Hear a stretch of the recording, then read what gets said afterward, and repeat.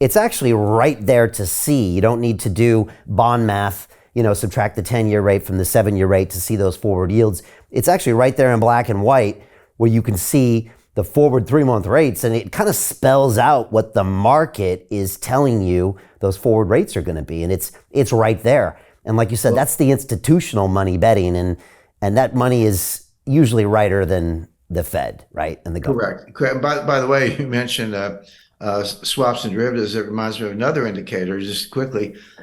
Swap rates are, we have negative swap rates. What does that mean? Well, what is a swap? So I buy a 10-year treasury note and I finance it in the overnight market. So what's happening to me? I'm getting the yield on the 10-year treasury note and I'm paying an overnight yield. So I'm receiving fixed, paying floating. Well, sometime in the 80s, but certainly, in your experience in the 90s, in my experience, at some point somebody said, hey, why don't we get rid of the bond? Like, just pay fixed and receive floating. Who needs the bond? The bond's a piece of collateral, but we can have a contract. So that's a swap, a simple form of swap. So I do a swap with Deutsche Bank, and Deutsche Bank says, okay, Jim, I'll pay you the 10-year rate. You pay me the overnight rate. It's exactly the same as if you had the note and we're financing it in the repo market. It's just receive fixed, pay floating. And that's a swap.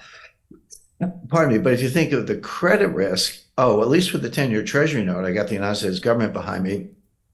If I'm doing a swap with, UBS, I got bank risk. I've got some credit risk in the bank. Credit Suisse just failed.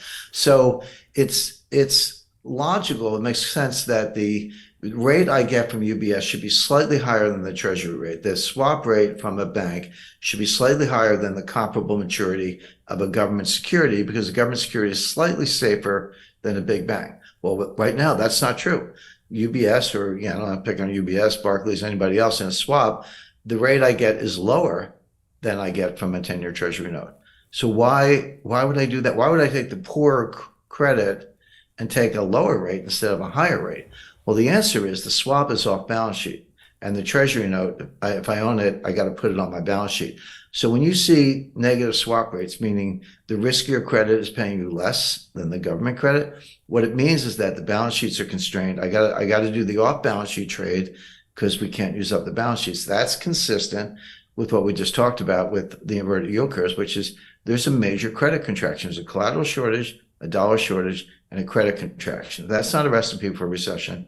I don't know what it is. Wow, this is powerful stuff. And what I love it, Jim, is when you and I start talking like this, a lot of the audience, they understand more than I always think they will. They kind of get it. So many people now are way up the curve on this stuff. And again, these things are right there if you know what to look for. You've also just recorded this video that will not be available to the public. You're going to talk about this upcoming geopolitical shockwave of what you call the most significant development in international finance since 1971. But then you also explain how anyone can position themselves to profit on this crisis. People can access that at londonreal.tv/Jim. Again, highly recommend people check that out when we're done. What's next, Jim? You've pointed the finger, I think, at the Biden administration for a lot of this recession. You have said that the president has dropped down drained our oil reserves more than any president in history. Obviously, this is ongoing war in Ukraine. How much of this is the president's fault? How much of it is its supply chain? And where are we currently at now? What are we, about 17 months before an election? Right. It's a great list, Brian, because you can say, well, we could talk about the war in Ukraine. Yeah, we could talk about monetary policy. We just kind of did, go through some of the recession indicators. We can talk about the election, but they're all connected. I mean, that's really where the complexity theory and the density of the network comes in, because these things are all connected. So just to spend a minute on Ukraine. By the way, I just last week conducted I do this annually, so it's been 8 years in a row, conducted a seminar on financial warfare at the U.S. Army War College in Carlisle, Pennsylvania. And it is at the Army War College, but there are people there from all branches. It's a very elite group, handpicked, about 12 students, mid-career officers, so they're kind of late 30s, early 40s, lieutenant colonels, and from all branches. So you get Marines, Army, Navy, Air Force, Marines, and a few civilians, State Department, and CIA, NSA, intelligence community. But it's a fun group, 12, 13.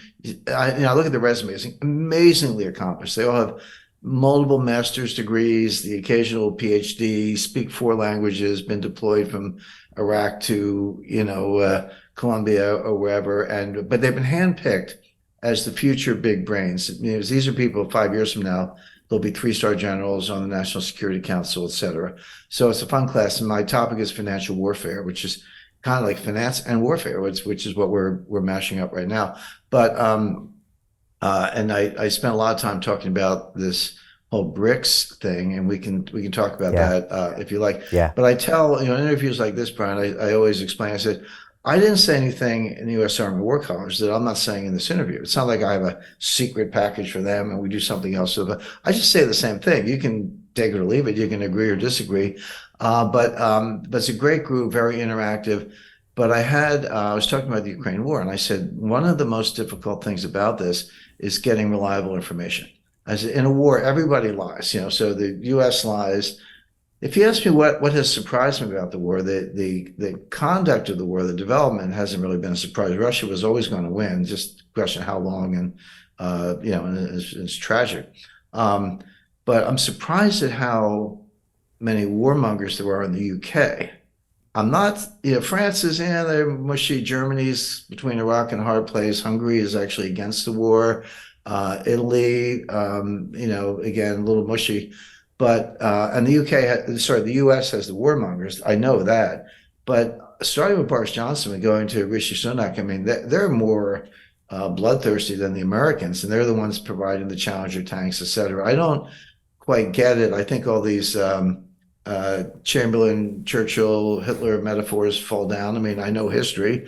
I know what Chamberlain did, and I know, Winston Churchill was one of the great heroes of the 20th century, but I don't see that parallel. Hey, it's Brian Rose, founder of the DeFi Academy. I've told you my 4-week crypto bootcamp is amazing, but don't take my word for it. This is what my students are saying. The DeFi Academy was an amazing experience for me. It took me totally out of my comfort zone. In this course, I was challenged, I was held accountable, and pushed to do things that honestly weren't always easy. It's been phenomenal, and I can't believe we're already up on our 4 weeks. It has flown by. Going through this DeFi accelerator by far was one of the best courses I've taken. You do this course, you really get into the nitty-gritty of the activities that will make you comfortable with decentralized finance. Thank you so much to Brian and everyone at London Real and the DeFi Academy for even putting together an amazing course like this. Anybody else that wants to do it, please sign up. It is well worth the money.